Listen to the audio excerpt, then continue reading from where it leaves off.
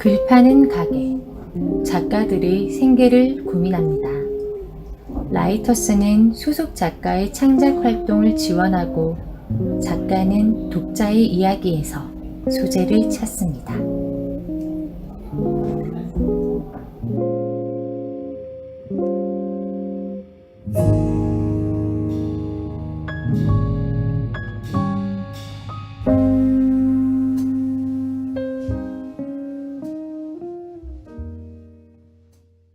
안녕하세요. 저희는 글 파는 가게입니다.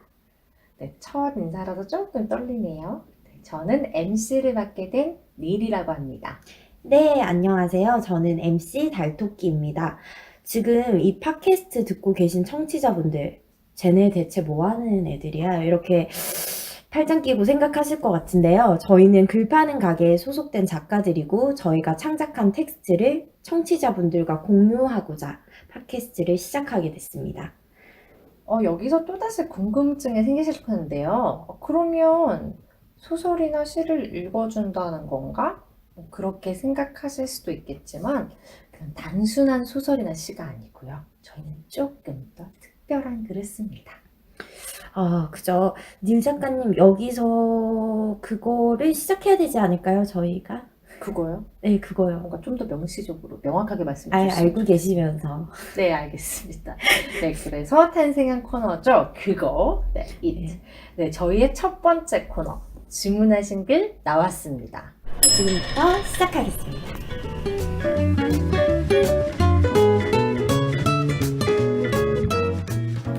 시작하겠습니다. 굉장히 상큼하게 말씀해 주셨어요. 네네. 네, 저희 첫 번째 코너인 주문하신 글 나왔습니다. 코너 제목이 매력적입니다. 굉장히. 네네. 뭐 커피예요? 섹시하죠? 네. 아니, 너 커피입니까? 주문하신 글 나왔습니다. 정확하게 근데 짚어서 말씀을 해주셨어요. 사실 그게 저희 글 파는 가게 컨셉이거든요. 커피 같은 글? 네, 약간 아. 커피 같은 글이요. 손님이 주문하는 글을 써드리는 거죠. 맥심입니까? 아니요. 아니, 카누입니까? 네, 카누입니다. 아. 그래서 작가님과 독자분이 1대1로 마주 앉아서 15분에서 20분 정도 인터뷰를 하는 거죠. 이제 작가님이랑 소통을 한 다음에 그 대화를 바탕으로 해서 짧은 이야기 한 편이 완성이 되는 방식이에요. 그래서 짧게는 작가님 따라서 다른데 1시간에서 길게는 일주일 정도 걸린 것도 있어요. 일주일 걸리게 되면은 뭐 택배로 보내드리는 방식을 진행하는 것 이메일이 아니고요? 이메일도 있고 뭐 택배도 있고 그러면 이제 하드카피로 이렇게 네, 뭐 패키지 같이 있으신 분들 그렇게 하는 것도 있고 그게 차후에 그렇게 될 수도 있고요. 조금씩 저희가 또 만들어가는 과정이다 보니까 예, 알겠습니다. 대략적으로 그런 방식이라는 거. 그래서 저희가 원래는 사실 말씀하신 것처럼 커피를 같이 팔았었어요. 글이랑 함께 팔았었는데 지금은 글만 팔고 있습니다. 저희가. 그쵸. 그게 사실은 이 영업 신고를 또 따로 해야 되는 네, 문제가 그런 문제가 있는데, 있더라고요. 신고 들어오면 곤란하고 이렇게 목고두가 탈났으면 그렇군요. 여러 가지 문제가 있습니다. 그러면 제가 이해한 바가 맞다면요. 카페 같은 공간에서 작가님께서 바리스타처럼 이렇게 앉아 있고 손님이 문 열고 들어오셔서 이제 뭐 주문을 하시면 그 받고 그 주문 받은 대로 또 글을 써가지고 바로 드리는 건가요? 뭐 테이크아웃? 네네, 하시는 그런 거. 셈이죠. 네, 저희가 보면은 카페에 가서도 바리스타 분이 커피를 정성껏 내려서 예쁜 찻잔에 따라서 내잖아요. 저희도 좀 정성껏 쓴 글을 한 편을 예쁘게 아주 제본을 해서 미니북 형태로 만들어 드려요. 조금 더 그러니까 기성 커피보다는 좀 더 손님의 입맛에 맞춘 커피 같은 거. 드립 커피네요. 예. 저 맥심 얘기 핸드 드립이요, 핸드 드립. 예. 맥심을 갖다 대고 있었네요. 핸드 드립이요. 맥심도 좋아하는데 이게 지금 아까 말씀하신 미니북이네요. 네네. 지금 제가 미니북을 보여드리고 싶은데 이게 손바닥보다 조금 더 큰 사이즈예요. 이게 맞아요. A5인가요? B5인가? 그 정도 A5일 사이즈네요. 거예요. 예. 근데 굉장히 귀엽네요. 이게 표지도 이쁘고 이게 개인적으로 딱 받았을 때 확실히 굉장히 좋은 추억이 될 것 같아요. 이제 내용도 오로지 나만을 위한 온전히 내 취향을 담은 대화를 통해 가지고 이야기가 나오는 거니까 그런 글을 내가 한 편 책으로 가져가는 거잖아요. 네네, 그렇죠? 그렇죠. 현직 작가님이 나를 위해서 책을 써주신 오로지 나만 그렇게 길진 않습니다. 10장 정도 되는데 굉장히 낭만적인 그런 프로젝트면서도 한편으로는 건물 임대료가 상당히 걱정되는 이야기인데요. 그 네네. 가게가 어디에 위치해 있는 거죠? 그래서 뭐 지금은 저희가 신촌 이하쉼터에서 예술로 봄이라는 예술 행사에 참여를 하고 있어요. 신촌이요. 네, 신촌. 네, 그 땅값이 비싸다는. 네, 현실적인, 네. 굉장히 네. 현실적인. 그리고 이하쉼터는 서대문구청 도시재생과에서 관리하는 문화휴식 공간으로 여기서 좀 TMI 나갈게요. 서울 서대문구 대연동 16-7에 위치하고 있고요. 위치를 좀 잘 못 찾으세요. 그래서 이렇게 말하시면 어떻게 압니까? 네, 그래서 좀 더 구체적으로는 2호선 이대역에서 내리시면은 4번 출구로 오셔서 신촌역과 신촌동 주민센터 방면으로 내려오시거나 아니면은 경의중앙선 신촌역 1번 출구로 나오셔서 에뛰드 하우스 골목으로 들어오시면은 쉽게 찾으실 수 있습니다. 오, 네, 그것도 네. 안 되면 이제 좀 네이버 지도를 켜주셔야 될 것 같아요. 네, 그렇군요. 뭐 어쨌든 그러면 서대문구청 도시재생과에서 관리를 하는 문화휴식 공간을 빌려서 그럼 국가 지원 사업이네요, 이게. 네네, 국가의 지원을 받아서 지금은 전도 유망한 사업이군요. 네, 전도 유망하죠. 예.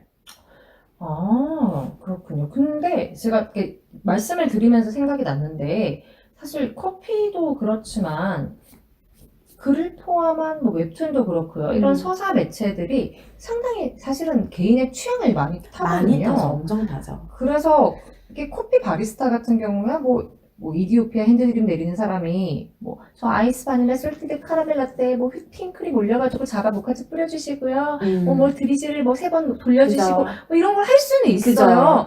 근데 사실 글을 쓰는 건 좀 다른 문제거든요. 예컨대 제가 뭐 공상과학 소설 작가, 뭐 아이작 아이시모프 뭐 이런 데한테 가가지고 저 개그 꽁트 한 편 부탁드립니다. 라던가 뭐 서정시를 한 편 써주세요. 뭐 이러면 손님도 작가들과는 좀 서로 면목일 것 같단 말이죠. 좀 서로 곤란할 수가 있죠. 그래서 저희들은 좀 대안으로 라이터스에서는 각자 다른 매력과 장점을 가진 작가님들이 한 약 30명 정도 대기를 하고 있습니다. 항시 대기라고 하죠. 항시 30명이 한 번에? 한 번에는 아니에요. 저희가 스케줄로 근무를 하기 때문에 하지만 가셨을 때는 뭐 최소 5명 이상의 작가님들이 계시니까 거기서 입맛에 따라서 각각의 작가님들의 장점이랑 개성이 다 달라요. 그래서 그 각각의 메뉴들이 있고 방문하신 분들은 글 파는 가게 입구에 있는 메뉴판과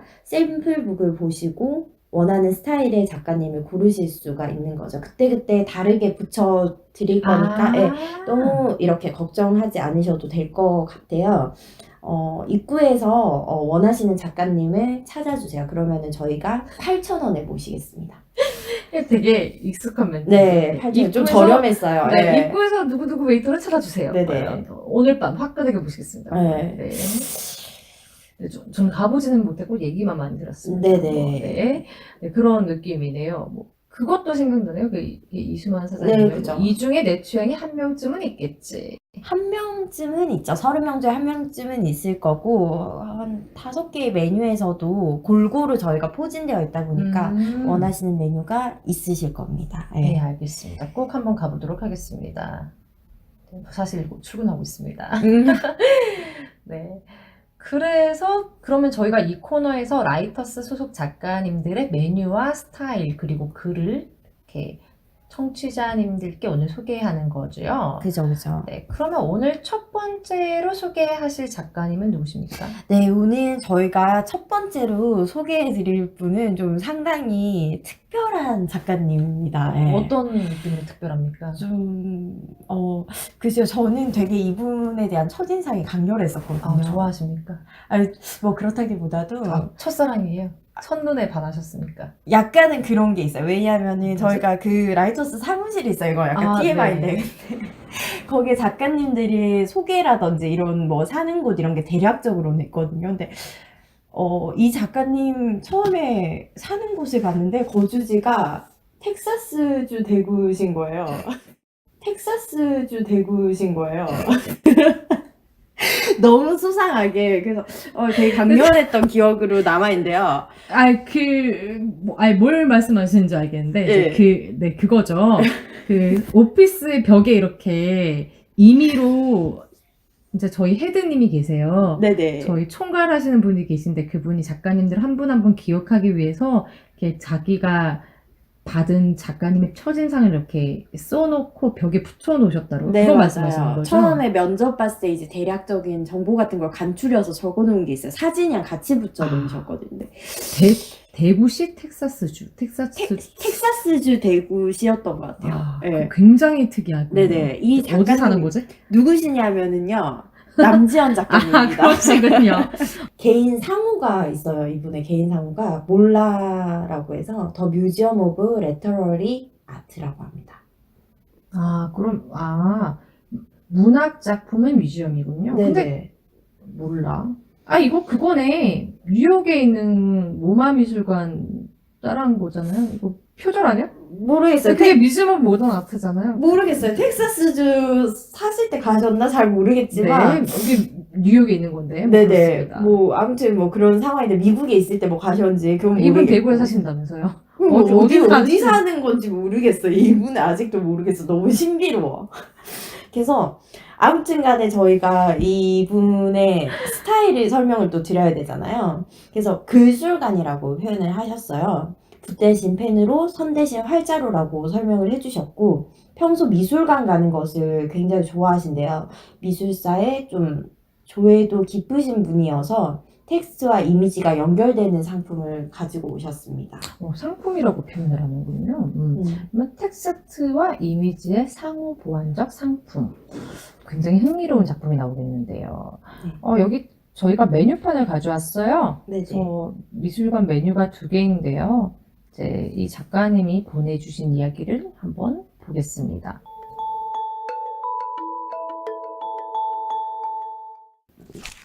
글로 그리는 초상화.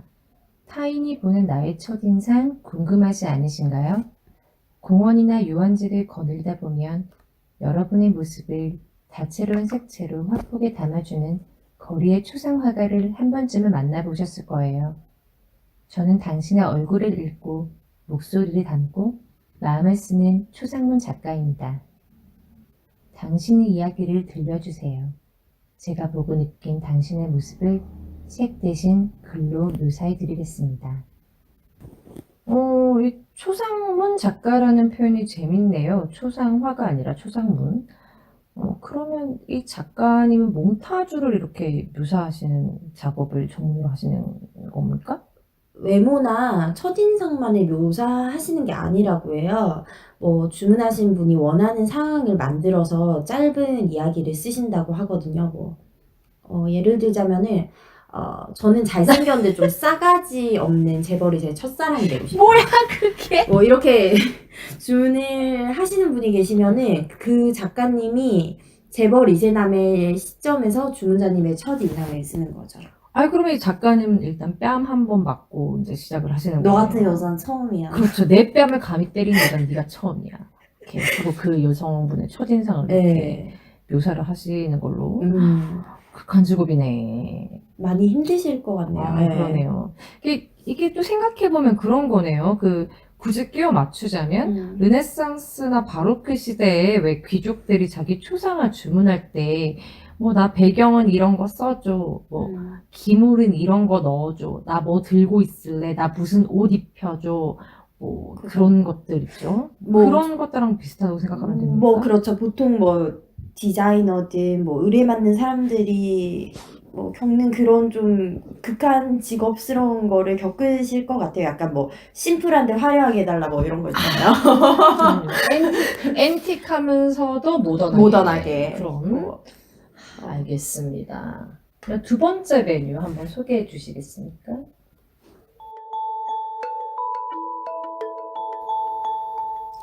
그림 추천해 드립니다.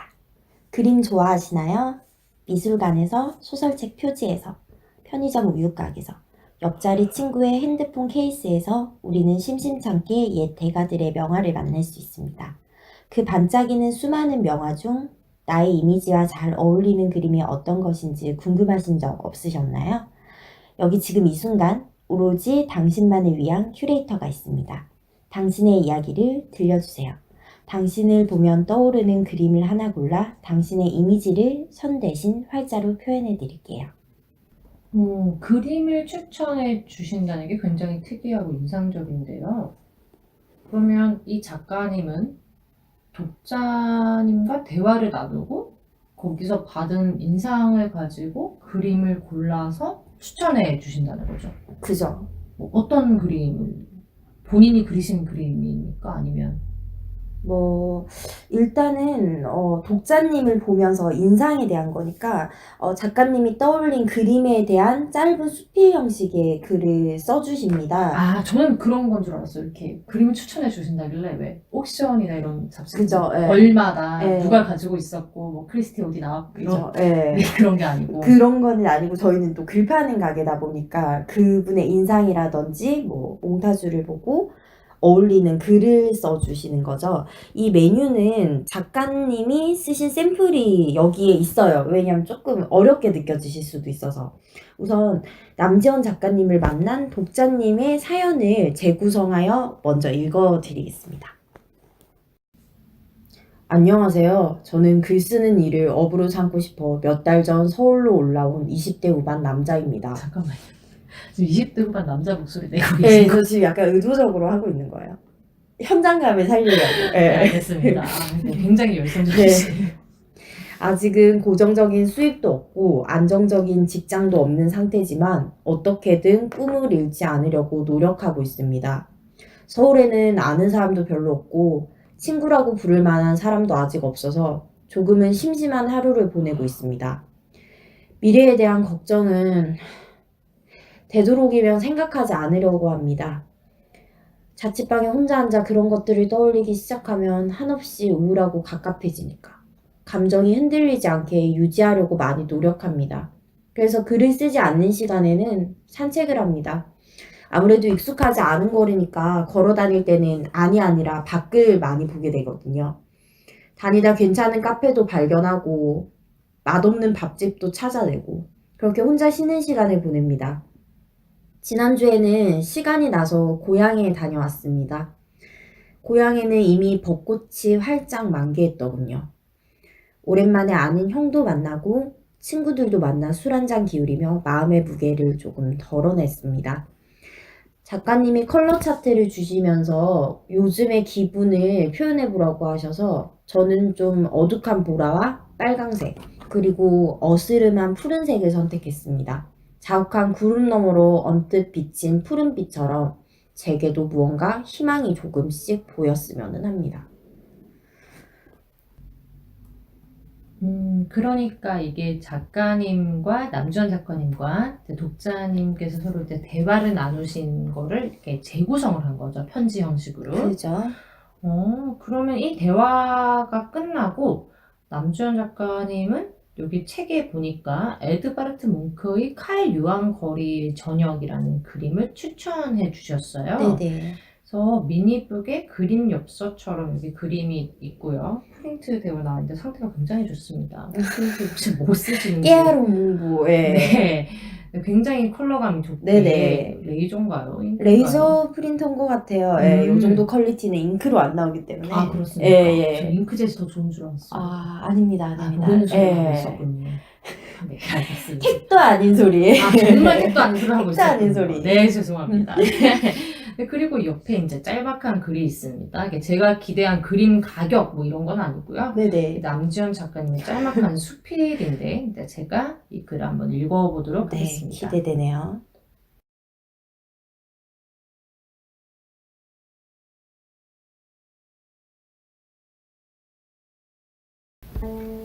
그는 이방인이었다. 이 시끌벅적한 서울 땅에 이방인 아닌 사람이 몇이냐 되겠냐마는 그에게는 수많은 인파 사이에서도 한눈에 알아볼 수 있는 이질적인 구석이 있었다. 그는 호리호리한 체격을 덮는 검은 외투를 입고 검은 모자를 푹 눌러 쓰고 있었는데 몸에서 햇빛에 닿는 부분은 모자 창 너머로 우뚝 솟은 높은 콧대와 그 끝에 박힌 새까만 점 하나밖에 없는 것 같았다. 인매는 단단하고 눈빛은 진중했는데 아몬드처럼 옆으로 긴 눈은 내가 아무리 눈을 건네어도 크게 한번 휘어지는 법이 없었다. 기름처럼 물에 섞여들기를 거부하거나 거꾸로 선 뼈처럼 반항적인 타입은 아니었다. 조용히 홀로 시간 보내는 것을 좋아하는 사람처럼 보였는데 오히려 그런 점 때문에 그가 더 눈에 띄었는지도 모르겠다. 목소리를 높이거나 말이 빨라지는 법 없이 그는 대화 내내 차근차근 나를 이어갔다. 감정의 중심을 잡으려고 노력하는 편입니다. 한번 우울한 생각에 빠져들게 되면 끝도 없이 침전하게 되니까. 그렇게 말하는 목소리에 오래된 불안과 고독이 단단하게 스며 있었다. 그는 필시 오랜 시간 고독을 잊고 있었을 것이었다. 잊고 또 입어서 자신이 걸치고 있는 달아 빠진 것이 고독일지도 모를 정도로 오래 잊고 있었는지도 몰랐다. 남자는 불안이 자신이 삼키지 못하는 고독으로 삶을 지탱하고 있었다. 그러나 고독조차 그를 잠식한다면 그때는 또 무엇으로 삶을 지킬 수 있을까? 쉬는 날에는 그냥 걸어다녀요. 덤덤히 불안과 고독을 짊어지고 걸어가는 남자를 생각하다 나는 문득 그림 한 점을 떠올렸다. 에드바르트 문크의 카할 요한 거리의 저녁. 오슬로의 푸르스름한 하늘이 노을을 밀어내는 시간이다. 건물의 파사드에는 낮이 머물고 간 흔적이 붉게 남아있지만 이미 땅거미가 거리 위에 두려움처럼 내리는 중이다. 가면을 쓴 듯 창백하고 기괴한 사람의 얼굴이 파도처럼 어디론가 흘러가고 그 옆으로는 작은 인형 하나가 홀로 화면을 등지고 걸어간다. 그는 다른 인물과는 달리 화려하고 높은 모자를 쓰지도 과장된 표정을 짓지도 않는다. 내 앞에 앉아있는 남자처럼 그는 검은 옷을 입고 관람객에게 등을 돌린 채 그저 묵묵히 어디론가 걸어가고 있을 뿐이었다. 어쩌면 그날은 그의 쉬는 날이라 목적 없이 발길 닿는 대로 걸어가는 중인지도 몰랐다. 그는 낯선 동네를 걸을 때는 안이 아니라 밖을 본다고 했다. 그는 그렇게 떼지어 앞으로 흐르듯 몰려가는 사람들을 보고 낮에 아직 붉게 남아있는 건물들을 보고 그렇게 계속 밖을 보며 걷다가 화면의 소실점 너머로 사라져 버릴지도 모른다. 아직 낮도 아니고 밤도 아닌 시간. 그가 옆으로 치워둔 오래된 외로움과 불안도 거기 있었다. 그가 밖을 보며 걸어가는 동안 오래되어 멍울진 감정들이 터져나온 모양이었다. 남자가 걷는 길 오른쪽으로 흘러나온 눈이 시커멓게 쌓여 어떤 형태를 이루고 있었다. 그것은 고독과 불안의 기념이었다. 그 남자는 마음에 고여있던 눈을 뽑아 한쪽으로 치워놓고는 또다시 외로운 길을 걸어가고 있었다. 칼 요한 거리에도 곧 밤이 깊어올 곳이었다. 미련처럼 담벼락에 끌리던 낮의 마지막 자취까지 사라지면 곧 새카만 어둠이 공기를 빈틈없이 채울 것이다. 공포에 질린 사람들의 얼굴과 근원을 모르는 불안의 덩이와 이 모든 것조차 보이지 않는 새까맣고 푸른 밤이 되면 별이 뜨는 시간이 온다. 남자는 그때도 터벅터벅 걷고 있을 것이다. 북유럽 하늘에 선명하게 떠오르는 북극성을 한번 올려다보는 그제서야 아몬드 모양의 눈을 한껏 휘어오고 나서 다시 소실점을 향해 걸어가고 있을지도 모를 일이다.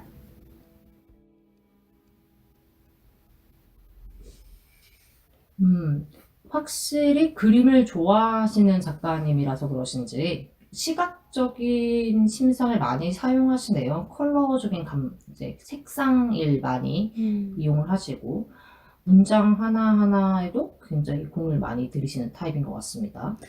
그런데 여기 추천해주신 그림이 어떤 거죠?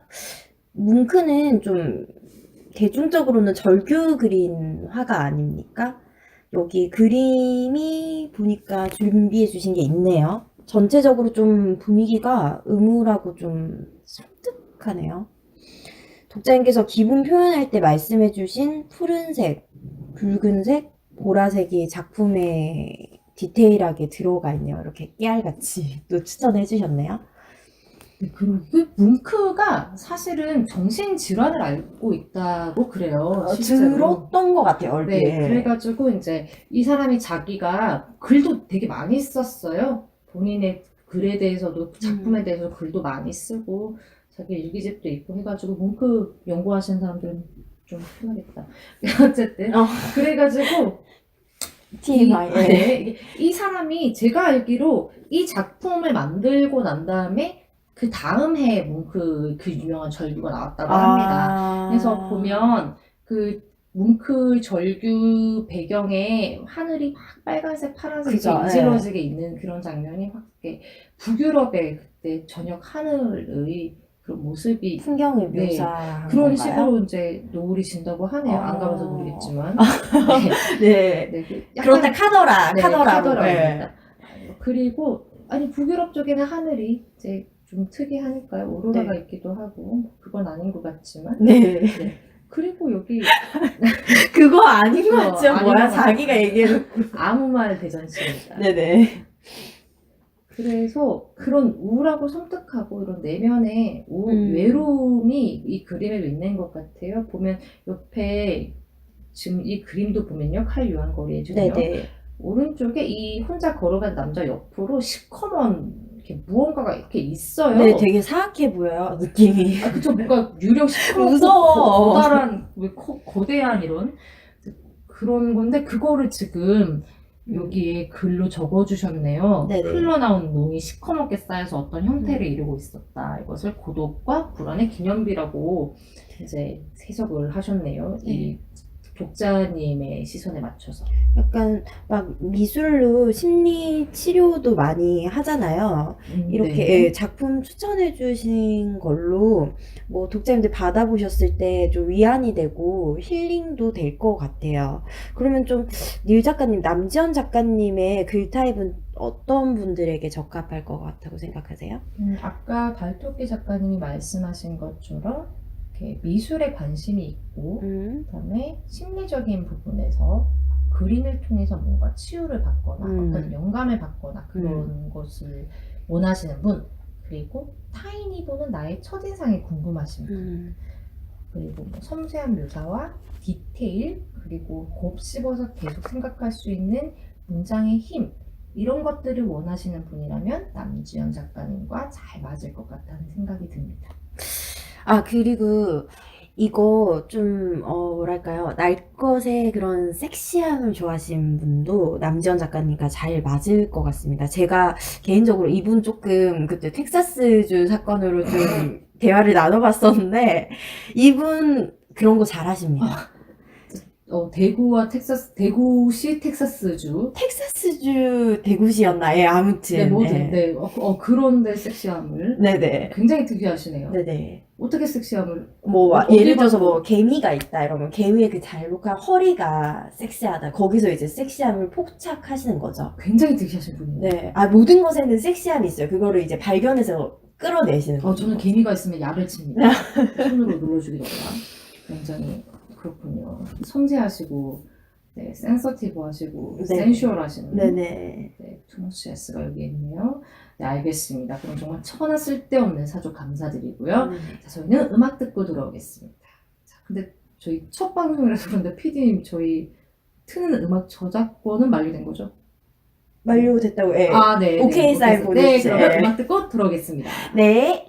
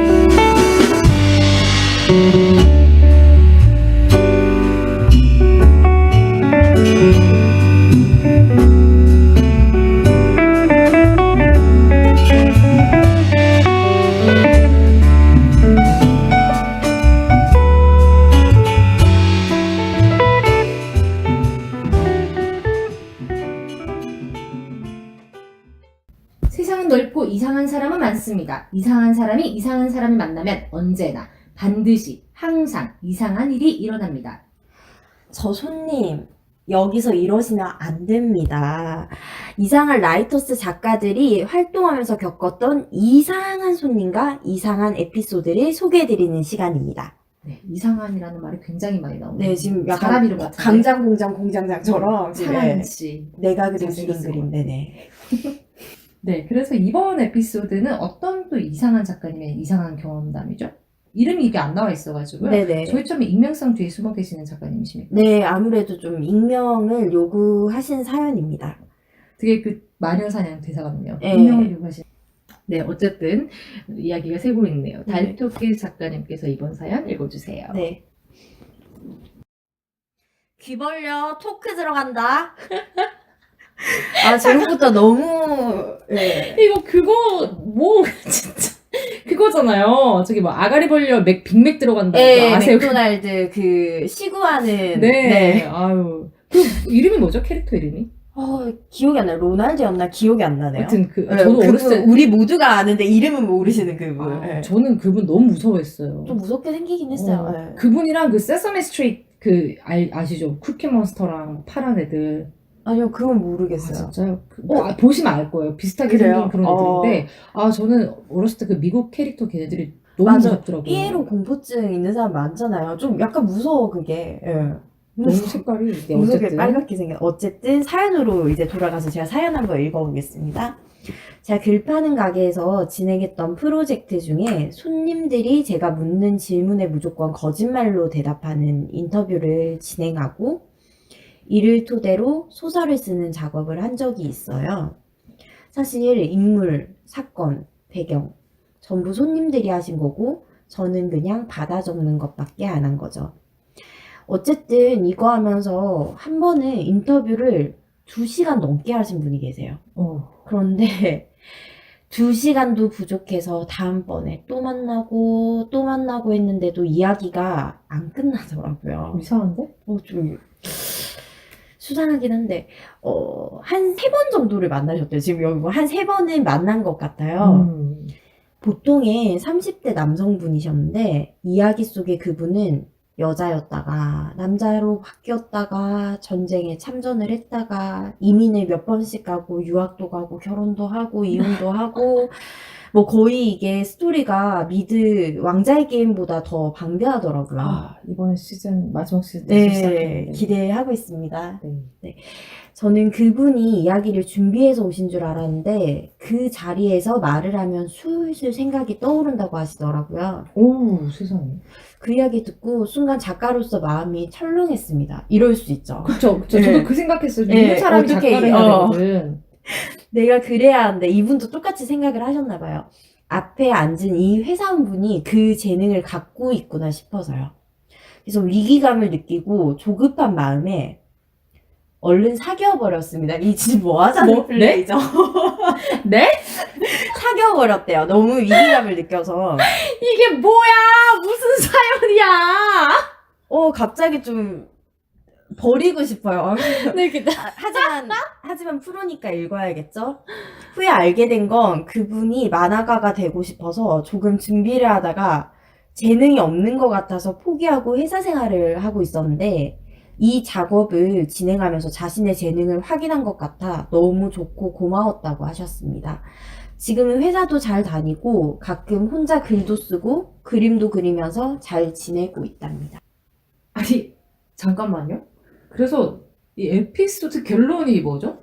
둘이 지금 남자친구 생긴 거 자랑하는 거죠? 네, 이 위기감에 급 사귀게 되는 이 전개가 뭘까요? 갑자기 분위기 연애? 가뿐연. 진짜 가뿐연. 이게 뭐야, 진짜. 네, 여하튼 간에 애인이 생겼다는 네. 겁니다. 네, 축하드립니다. 네. 뭐, 아직은 사귀고 계신 겁니까? 뭐 잘 지내고 있다는 거 보니까 동화처럼 뭐 오래오래 행복하게 살았습니다. 뭐 이런 느낌인 것 같은데 어찌되었건 그래도 저는 좀 황당하기도 한데 굉장히 낭만적이네요. 그래도 글 쓰는 가게가 찾아준 인연 아니겠습니까? 여러분 글 쓰는 가게가 이렇게 유익합니다. 아니, 근데 사겨버렸어 이게 뭐야 진짜. 한국 타탈이다. 작가님 진짜 매력이 대단한가 봐요. 그래가지고 근데 이거 초에 여기 아까 분에 말씀하신 거 보니까 한 번 만났는데 1시간, 2시간 얘기를 하고 얘기가 덜 끝나서 또 만나고 또 만나고 3번을 만났잖아요. 소개팅이네. 그렇잖아. 소개팅하고 F 타고 3부 타고 사귀는 거잖아. 소개팅이네요. 그러니까요. 근데 보통 제가 알기로도 작가님과 독자님이 15분에서 길어봐야 30분 내외로 대화를 나누시거든요. 이분은 제가 봤을 때는 호감이 있어서 그 구실로 해서 계속 말을 지어내면서 2번, 3번 오신 게 아닐까 싶기도 해요. 근데 네, 그게 보면 또 이 작가님의 메뉴가 굉장히 또 매력적이거든요. 이 사람이 굉장히 얼마나 매력이 있는 사람일까 이런 생각이 드는데 메뉴만 봐서도 맞아. 보면 무조건 거짓말로 대답하면서 이야기를 줄줄줄 이렇게 풀어 나가는 거거든요. 네네. 그리고 이게 내가 거짓말을 해봐 이런 되게 짜릿한 컨셉인데 예. 그럼 사람이 이게 뭘 물어봤을 때 거짓말로 대답을 하게 되면 네. 이게 게임하는 것 같거든. 아슬아슬하게. 그래요? 약간 그렇잖아요. 닐 작가님 약간 그러면 지원 작가님이랑 좀 코드 맞으실 것 같은데 그 약간 지금 섹시한 느끼신 거예요? 아니요. 이게 내가 한번 짜릿하게. 만나보겠습니다. 남전 작가님 제가 한번 찾아갑니다. 잘 맞으실 것 네, 같아요. 어쨌든 그래서 이 독자님이 이야기가 술술술 풀린다고 하셨는데 사실은 이야기를 술술 풀어내는 것도 이 상담자의 매력이고 이 그죠. 작가님의 능력이에요. 그죠. 그러니까 서로 이렇게 매력을 딱 찾으셨네요. 소개팅이네. 여러분은 없던 애인도 만들어주는 고품격 방송 글파는 가게 작가 라이터스와 함께 하고 계십니다. 그러니까 이게 소개팅이면 주선자가 라이터 쓴 거네? 불파는 가게가 되는 건가요? 그죠. 아유, 그렇죠. 어떻게 고품격이네. 그러면은 이런 러블리한 사연 들었는데 저희는 광고 듣고 2부로 다시 돌아오겠습니다. 이대 오거리에 작가들이 모여있다. 작가 20명이 모여서 글을 쓰는데 주제가 바로 나. 5월 11일까지 매주 진행되는 글 파는 가게로 가면 감성이 팍팍팍, 눈물이 콸콸콸콸. 5월 11일까지 일요일 빼고 매일 2화 쉼터에서. 네, 광고 듣고 돌아왔습니다. 앞에 사연으로 좀 멘탈이 아직까지 회복이 안 된 상태인데, 이화 쉼터에서 여러분 5월 11일까지 글 파는 가게가 운영되니까 청취자분들의 많은 참여 부탁드리고요. 그럼 이제 2부 시작하겠습니다. 네, 저도 너무 당황해서. 네, 아직도 맴돌고 있어요, 계속. 네, 저희도 거짓말을 해봐 이런 거 한번 해볼까요? 저한테 거짓말을 해보세요. 저를 근데- 좀 속여보세요. 좋은데 그렇게 했는데 이 작가님처럼 애인이 안 생기면 더 타격이 클 것 같아요. 현명하십니다. 예, 굳이 만들어서 상처받지 않겠어요. 네, 알겠습니다. 굉장히 현명하십니다. 네, 자, 말을 한번 돌려볼까요? 네. 자, 2부에는 어떤 코너가 있죠? 도끼 작가님? 2부에는 작가의 피라는 코너가 준비되어 있어요. 작가의 픽이요? 네.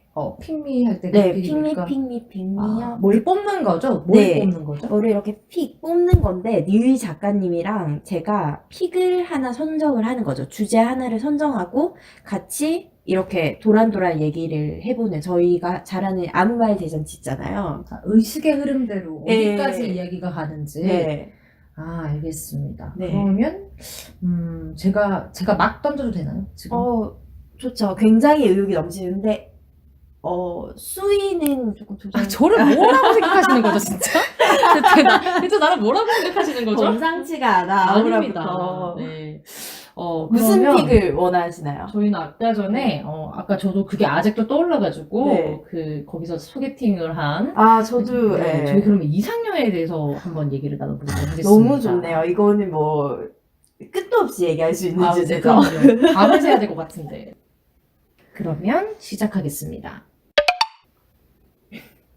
네, 이상형에 관해서 한번 네네. 아무 이야기나 해볼 건데요. 네네. 이상형이 어떻게 되십니까? 저는 좀 굉장히 까다롭긴 한데, 일단은 연예인 중에서는 제가 그 제이팍 박재범 씨를 제가 굉장히 좋아합니다. 굉장히 팬이에요. 그렇습니까? 예. 근데 처음에는 사실 처음부터 좋아했던 건 아니었어요. 신인 때는 잘 몰라서 안 좋아했었는데, 저는 뭐랄까, 그 힙합 용어로 허슬러라고 하죠. 자기 일에 대해서 굉장히 열심히 하시고 또 전문성도 있으시고 비보이 출신이시잖아요. 춤도 너무 잘 추시고 그 음색하며 노래 부르실 때 그 음색하며 지금 달토끼 작가님 오늘 이렇게 신난 거 오늘 처음 봤어요. 화색이 도는데 아유, 어, 말이 술술 나오네요. 갑자기. 네, 굉장히 조금은 좋아하시는 첫 방송이라서 긴장되기도 했었는데 그분을 생각하자마자 갑자기 이게 눈 녹듯이 사라지네요. 긴장감이. 근데 이상해 그런 스타일이 이상형이라는 아니요, 외모라기보다는 저는 그분의 그런 성품이 약간 좋아서 그렇게 재능이 있으면서 열심히 하면서 잘 보여주고 어떤 걸 아니 목적어를 좀 말씀을 해주세요. 재능을 잘 보여준다. 아니 나를 뭐라고 생각하시는 거지? 뭐라고 생각? 닐 작가님이라고 생각하죠. 네 그렇군요. 네. 신동엽 씨 항상 말씀하시잖아요. 목적어를 얘기를 해야 되거든요. 뭘 보여준다는 말씀이세요. 아니 정말. 자기의 재능을 재능- 관객들 앞에 완전 잘 아낌없이 보여주시죠. 보여주는 완전 잘 보여주시죠. 프로페셔널함. 저는 그렇죠. 뭐 약간은 저는 그냥 박재범님이 아니라면은 저는 좀 술 담배를 하지 않고 운동이 취미고 좀 자기 일을 열심히 하면서 재능이나 전문성도 있고 그러면서도 좀 약간은 너무 차갑지 않은 사람이었으면 좋겠어요. 여기까지 얘기하면 친구들이 다 너는 그냥 소나무시구나. 그냥 솔로로 지내라고 너무 어렵다고. 제가 네. 정말 진짜 목구멍까지 여기까지. 그 말이 올라왔거든요. 나올 숨기고 뻔했어요. 싶어요, 네, 정말 친구들이. 나올 뻔했는데 왜냐하면 이게 사실 어려워. 연애라는 거는 이상형이라는 건 큰 의미가 없어요. 이상형이라는 맞아. 거는 정말 이상적인 그런 저희가 내가 지금 좋아하는 점점 사람이고. 가까워지면서 엄청 가열되고 있는데. 네, 그냥 이게 정말 1도 의미가 없고 사실은 이상형보다는 취향이 맞는 남자가 있는 거죠. 근데 정말. 이상형이랑 취향이랑은 또 달라요. 좀 다르죠. 근데 대화가 잘 통했으면 좋겠어요. 예, 그게 기본이겠죠? 근데 내가 얼마 전에 친구랑 얘기를 했는데 얘기를 하면서 항상 진짜 저와 저 친구랑 그런 얘기를 했거든요. 나는 대화가 잘 통하는 남자였으면 좋겠어. 대화가 잘 통하는 남자가 좋아 이랬는데 막상 연애를 하잖아? 대화 안 해요. 우리 애기 뭐 이런 거만 하잖아. 안 그래요? 그래요? 아니 저가 그렇다는 건 아니고요. 그 대화 아니죠? 아니요. 네. 대화를 안 해요. 급하게 말 돌리시는데 그 대화 아니요. 다른 대화 아니에요? 무슨 다른 대화 말씀하시는 거예요? 그러니까요. 어쨌든 닐 지금 마구니 끼신 작가님은 거 맞죠? 닐 작가님의 이상형 어떻게 되세요? 아니 저는 이제 저를 되게 예뻐해주고 귀여워해주는 사람을 좋아해요. 그래서 이제 우리 애기 이 얘기를 한 건데 지금 뭘 생각하시는지 모르겠네. 저는 그렇게 생각했어요. 아닌 네. 것 같은데요, 표정이? 어우 누구 다녀가신 줄 알았어요. 마구니를 봤는데. 그 마기분이 다녀가신 줄 알았군요. 음란 마기분이. 뭐 여튼 그래서 근데 항상 사람들이 이상형을 얘기하면 완벽한 사람을 얘기를 하잖아요. 뭐 이런 맞아. 근데 사실은 그런 사람이 없지. 그리고 있으면 왜 날 만나? 있으면 갑자기 서련 좀- 만나고 있지. 설현 좋아하시죠? 여자 연예인. 아니 저 다 좋아합니다. 어. 저 제일 좋아하는 아이돌은 크리스탈이고요. 그 요즘 좀 흉흉한 소문이 돌고 있어요. 막 이래. 서련? 왜? 소문이 돌고 있는데 닐 작가님이 여자 작가님들 막 예쁜 여자 작가님들 좋아한다, 막 친절하다, 막 이런 여론이 막 있어요. 해명 한번 해주시죠. 어떻게 생각하십니까? 아니 저는 절대적인 아름다움을 추구하는 사람. 굉장히 저는 탐미주의자입니다. 예쁜 걸 좋아하죠. 아까 미술 이런 것처럼 아름다운 거를 좋아하시는군요. 심미적인 거. 네. 미술은 항상 아름다울 필요는 없는 거죠. 그래서 하지만 저는 이제 사람은 깊이 있어. 아름다운 사람을 좋아하는 거죠. 이제 사람. 외적으로도 아니고 이제 내적으로 뭐 전부 다 그 사람의 이제 분위기가 아름다우면 좋아합니다.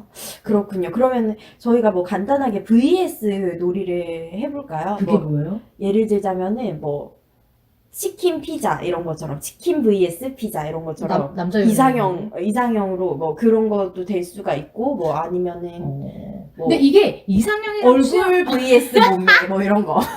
괜찮은데? 근데 이걸 하려면 우리가 대낮에 하면 안 돼요. 왜요? 왜냐하면 왜? 얼굴 몸매 하면 음. 이 사람아 네, 한번 해볼까요? 네. 자, PD님 정해주시겠어요? 얼굴 대 몸매. 하나, 둘, 셋. 몸매. 우리는 썩었어. 근데 사실은요, 비율이 중요해요. 그러니까 몸매라는 거를 되게 이상하게 생각할 수 있어요. 근데 생각을 해주세요. 진짜 다급하다. 얼굴이 정말 잘생겼어요. 근데 몸매가 비율이 너무 별로야. 그러면은 그 사람이 되게 좀 매력이 반감된다니까. 근데 얼굴은 그냥 이렇게 조금 평범하고 이런데 만약에 되게 몸이 비율이 좋다. 아까 미술 말씀하셨잖아요. 프로포션, 비율 좋으면은 빛이 나거든요. 사람이 달라 보이죠. 아, 저는 왜 몸매를 선택했냐면요. 이렇게 몸이 건장하고 이런 사람들 얼굴은 타고난 거가 많이 크지만 몸은 사람이 얼마나 자기가 성실하게 거짓말! 거짓말! 자, 오디오 섞이니까 말 끊지 말아요. 이 사람이 얼마나 자기 관리를 잘하고 평소에 성실하고 건강하게 살아갈 수 있느냐 이런 사람의 생활 방식을 볼 수 있는 척도라고 생각합니다. 그래서 저는 예. 네, 몸을 선택을 했습니다. 자기 관리의 끝판왕이라고 할까요? 네, 약간, 자, 예. 그러면 자, 황급하게 말을 돌리셨는데 예. 프로포션 얘기하시다가 예. 자, 그러면 몸에서는 또 어떤 걸? 가슴 근육 대 복근. 아, 가슴 근육과 복근. 아, 터프콜인데요. 자, 하나, 둘, 셋. 가슴 복근. 근육. 그렇군요. 여기서 좀 갈렸네요. 아, 좀 갈리네요. 네. 다행이다, 취향이. 네. 왜? 먼저 말씀하지 막 서로 막. 딱히 이유는 없는데, 네. 딱히 이유는 없습니다. 네. 그냥 제가 하는 운동이 있는데요. 네네. 이제 제가 하는 운동이 제가 라켓 운동을 해가지고 네. 근데 라켓 운동을 하려면 이제 가슴 근육이 너무 비대해지면 이게 팔을 몸 쪽으로 붙여야 되는데 그게 좀 안 될 수가 있어요. 불편할 수 네네네. 있겠네요. 그래가지고 너무 가슴 근육이 이게 커지는 큰 분들이 운동을 좀 못 하시더라고요. 저랑 같이 하는 그 스쿼시라는 네. 이제 라켓 운동을 하는데 약간 힘들어 하셔가지고 저는 그것보다는 코어 근육이 좋습니다. 여러분. 복근인데 코어 근육. 몸의 중심에 있어가지고 이제 복근이 발달이 되면 척추 기립근도 이제 할 수가 있고 그다음에 네네. 허벅지랑 밑에 다리까지 다 연결이 돼 있는 몸의 중심을 잡아주는 근육이라서. 저 거의 뭐 PT 하시는 줄 알았어요. 거의 지식이 네, 상당하신데요. 제가 네. 좀 약간 그 운동을 많이 해가지고요. 저는 조금 보면은 가슴 근육을 만들려고 하면은 가슴 운동만 해서는 가슴 근육이 만들어지지 않아요. 네. 가슴 근육을 운동하기 위해서 어깨나 팔 필수적으로 하게 되거든요. 그러면은 이제 복근은 조금 놓칠 수 있더라도 이 상체의 디귿자로는 근육이 다 만들어진 거예요. 이렇게 팔부터 해서 어깨, 가슴 이렇게. 근데 그게 제가 비율이라는 게 중요하다고 했었잖아요. 그리고 네. 복근이라는 게 사실 좀 그래요. 여러분도 아시다시피 복근은 식단을 조금만 소홀하게도 금방 지방이 덮여서 사라지기가 쉽거든요. 예. 그래서 옷도 이지고. 저희 옷도 그렇고 머리를 저희가 펌을 하더라도 이렇게 관리가 쉽고 오래 가는 거에 대해서 굉장히 중요하게 생각을 하잖아요. 그래서 저는 가슴 근육을 좀 픽을 했고, 제 친구 중에는 그런 친구였어요. 대학 동기 중에 흉통이 큰 남자가 이상형이래. 아, 근데 그래서 저도 그거를 있어요. 듣고 막연하게 그게 저는 좀 잘 모르는데 그게 좀 중요한가? 그게 뭐를 아는 사람은 흉통에 대해서 따지나 싶어서 사실은 가슴 근육을 선택한 것도 있어요. 좀 달라요. 흉통이랑 가슴 근육. 가슴 다른 근육은 거예요? 정말 네. 이제 여기에 근육이 네. 붙은 네, 거고. 삼각근 밑에 이렇게 이게 붙어 있는 네. 거고 다르네. 좀 다르고 흉통 자체는 갈비뼈가 이렇게 넓은 거예요. 그죠. 이렇게. 흉통이 큰. 저도 흉통이 큽니다. 유다. 그거 바꾸실 거예요? 아, 그렇진 않은데 네. 가슴 근육은 별로 없는데 흉통이 크네요. 흉통이. 가슴이 아프다. 네. 그냥 진짜 지금까지 정리해봤을 때 저는 좀 더 기능성인 곳에 초점을 두고 있고 네네. 그다음에 달토끼 작가님께서는 좀 더 보이는 면. 네. 이렇게 이렇게 또 갈리게 되고 이렇게 또 공격을 훅 들어오셔요. 아니, 마치 나는 본질을 보는데 너는 가시적인 것만을 보고 약간 이런. 뭘 또 모르시는 그런 게 아니고 근육이 있어도 아. 쓸 때가 따로 있다는 거죠. 어디에 써요? 어디에 쓰긴요? 일 시킬 때 쓰죠. 예. 자기야 쌀 좀 날라줘. 막 이렇게. 쌀을요? 네네. 사람 쌀을 먹어야 되니까. 조선시대처럼 그렇게. 아니 마트에 가가지고 쌀을 한 포대 이렇게 1kg 짊어지고 오는 거죠. 그래요? 네, 네, 피디님 그럼 다음 픽. 금방.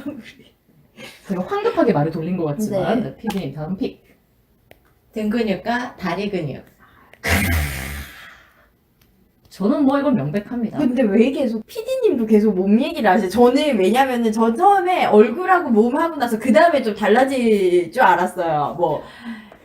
뭐 예를 들어서 성격이랑 뭐 능력 뭐 이런 식으로 달라질 줄 계속 주구장창 더 깊게 들어가네. 논문 쓰겠어 이러고. 저희 PD님이 지금 오늘 와인색 원피스를 입고 오셨는데 왜 얼굴 이러는 색이랑 원피스랑 좀 똑같아요. 왜 와우. 이러는 거야? 네.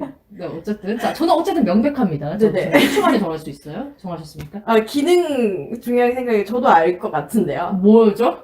아니요, 아닐 텐데. 둘 다 기능적인 면은 확실히 있습니다. 그래요? 네, 척추 기립근과 허벅지 근육. 가슴 근육도 기능적인 거는 있어요. 근데 네, 그렇죠. 근데 이제 해명을 할 때 서로 다른 얘기를 네네. 하죠. 자, 하나, 둘, 셋. 다리 허리. 근육. 허리?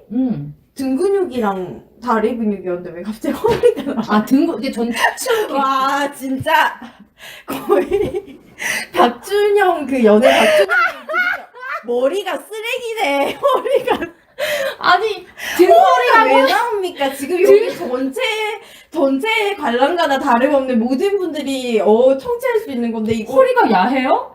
허리가 19금입니까? 전체 연금을 여기 왜 나오죠? 근데 왜 지금 당신 머리가 써는 부끄러워하시죠? 거예요. 왜 부끄러워하시죠? 아, 저 부끄러워하지 않습니다. 저 부끄러움을 모르는 사람입니다. 저 수치심을 모르고 태어난 사람입니다. 그래요. 저는 아까 그 가슴 근육 얘기했던 것처럼 상체에서 이제 이렇게 봤을 때 밸런스 잡아줄 수 있는 게 가슴 근육이고 그러면 하체 쪽에 이제 다리가 또 있어야지 밸런스가 맞으니까. 그래서 저는 다리 근육을 선택했습니다.